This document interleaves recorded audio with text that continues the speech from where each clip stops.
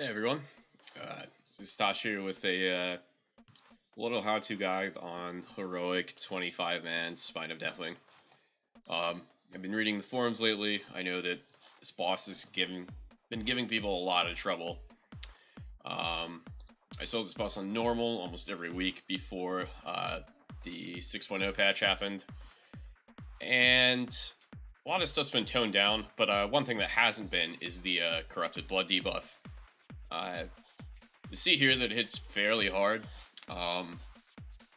You're basically just going to have to use cooldowns to mitigate the damage from it. But let's just get into a little play-by-play. So the first thing you want to do is you want to kill, let's say, 3 corruptions.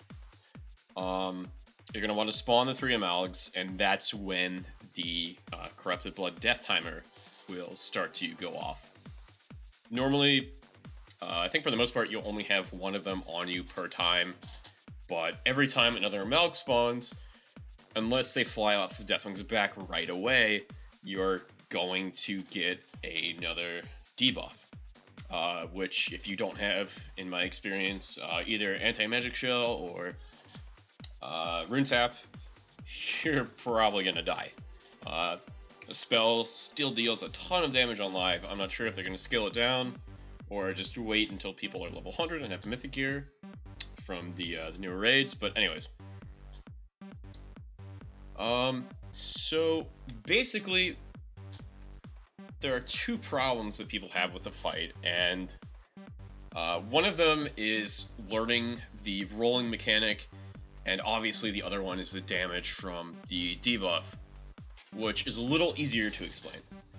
As far as the rolling is concerned, what a lot of people don't realize is that if you have a decent amount of gear and a decent amount of either self-healing, which unfortunately some classes don't, like mages, you really don't have to do a whole lot as far as the rolling is concerned unless you're destroying an amalgamation with 9 stacks. You see right here that I've got one. I waited till I had enough corrupted blood. I blew them all up in the middle, and now I'm dealing with the amalgamation. You see I have about 4 seconds left on the corrupted blood debuff. I hit anti-magic shell and some other sort of cooldown here, and I'm able to live through it. After this happens, you're basically going to want to walk along Deathwing's spine, so the strafing left and right, about every 5 or so seconds.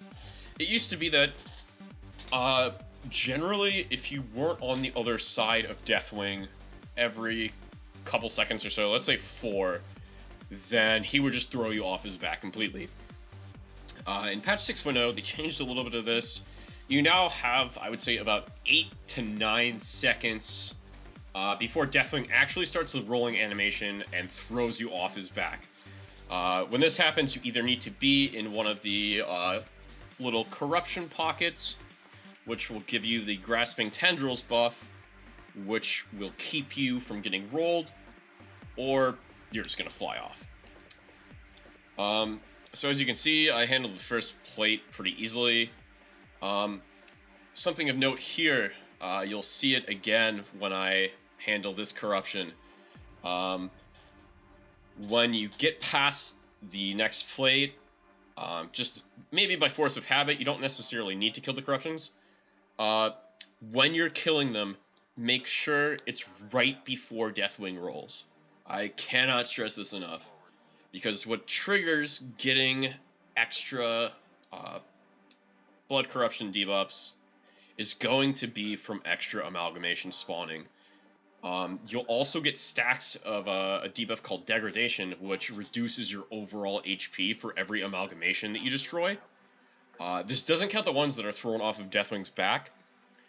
So basically, when you kill a corruption outside of the first 3 that you're going to handle, you want to make sure that it's right before Deathwing rolls off.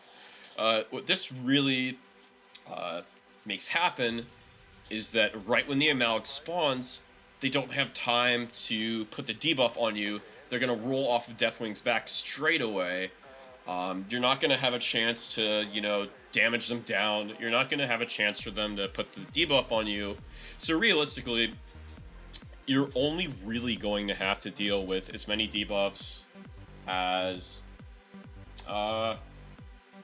many amalgamations as you need. Essentially, for every amalg you need, you're going to need to have some sort of course of action to deal with a debuff. For every amalg you kill, you're also going to get a stack of the degradation debuff, which means that over the course of the fight, depending on your gear level and depending on your relative HP, you're going to probably need better cooldowns or more of them at a time. My gear is pretty ridiculous, so I don't really need to worry about using extra cooldowns until the later parts of this fight.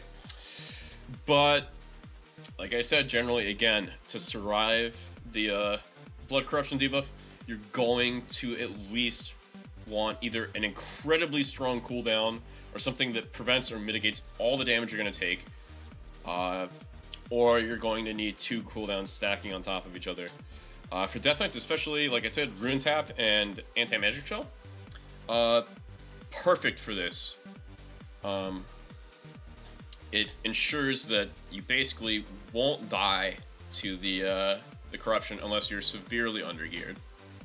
You're gonna also have to deal with the healing absorb debuff, but what I try to do is, if that becomes a problem, you can just DPS the corrupted bloods down. You can use death strikes on them or whatnot, and they'll respawn pretty quickly in the little holes. Also, great time to get the debuff off is while you're DPSing the amalgamation. A lot of times what I'll do is I'll lightly DPS the amalg down and death strike it a couple times because I want to make sure that I'm paying attention and that I have runes for when that debuff goes off. Literally just stop what you're doing, you know, a couple seconds, make sure Deathwing's not ready to roll or, you know, about to use the actual rolling animation throwing you off, and plan your cooldowns a couple seconds ahead, and it makes the fight a lot easier. The key to this is just basically not panicking, realizing that the fight isn't actually as hectic once you handle the rolls correctly and once you get them down, and all you're really doing is the normal encounter and killing the corruptions at a specific time so that the amalgamations roll off.